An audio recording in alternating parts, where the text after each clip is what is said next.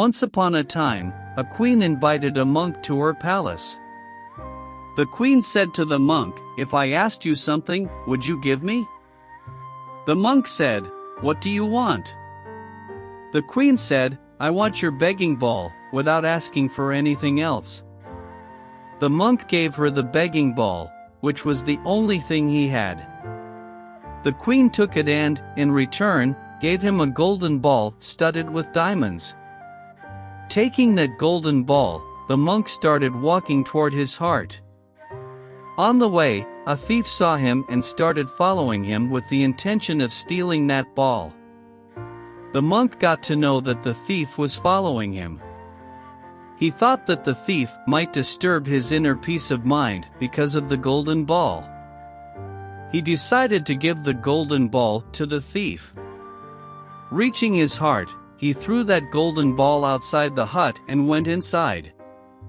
The thief saw that the monk had thrown the golden ball outside his heart, meaning he must be having something more valuable. The thief kept standing outside, thinking about it. Eventually, he decided to go inside the monk's hut and take a look. He peeked inside the heart. The monk was engrossed in meditation. The thief went inside silently and started looking into the heart, but the heart was completely empty. Now the thief was even more surprised and started thinking that the monk has nothing, so why does he not care about the golden ball? He sat beside the monk and waited for him to come to senses.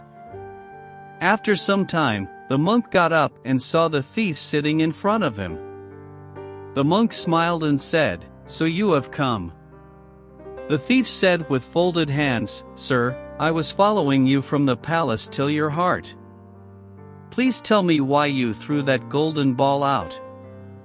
What do you have that is more valuable than that golden ball?" The monk smiled and said, "My friend, I have been a treasure of meditation, in front of which all the wealth of this world has no value." Hearing this, the thief fell at the feet of the monk and said, "Sir, please forgive me. I came here to rob you, but you are a saintly person. Now I don't want materialistic wealth. Please give me a little of your treasure of meditation." The monk smiled and answered, "My dear friend, you too can find the inner pleasure that I have found." The thief said, "Sir, but I don't know how to meditate.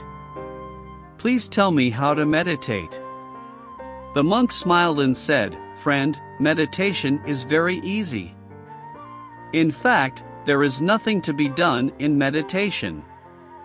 Just find a quiet and relaxing place where no one can disturb you. Sit on a mat so that you cannot have contact with the earth. Make sure your back remains straight. Place your palms on your knees facing the sky. Now, close your eyes and take some long and deep breaths. After that, slowly let the breath return to normal, and with your mind, keep watching your breath coming in and out. Don't let go even a single breath without watching. Just keep watching your breath inhale and exhale, like a watchman. In between, your mind will wander here and there, sometimes thinking about something else. Whenever it happens, focus your mind again on your breath. Don't do anything else, just consciously watch your breath come and go, watching the breath slowly slow down. As the breath slows down, your mind will calm down slowly and gradually. There will come a moment when your thoughts will completely disappear, and your mind will drown in the ocean of peace. This is the state of deep meditation.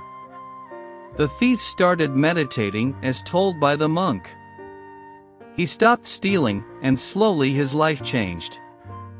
If we see, most people want to meditate, but they don't know how. There are many methods of meditation, but the most popular and effective method among them is Anapana meditation, which is part of Vipassana meditation. This method of meditation was invented by Gautam Buddha about 2,500 years ago. You cannot master this method of meditation in a single day. For this, you have to practice for a long time, with a little bit of regular practice every day. In this method of meditation, you have to focus your attention on your breath, inhaling and exhaling, and nothing else. In fact, our breath is the rein of our mind. Just as we control a horse with its reins, similarly, we can control our mind by controlling our breath. When we start observing our breath come and go, our breath starts to slow down, and as our breath slows down, our thoughts start to subside. After some time, there will come a time when your mind will become completely silent, and you will feel infinite peace. With long practice of watching your breath, you can start feeling yourself separate from your mind and body. This is the state of deep meditation. This is the end of sorrow.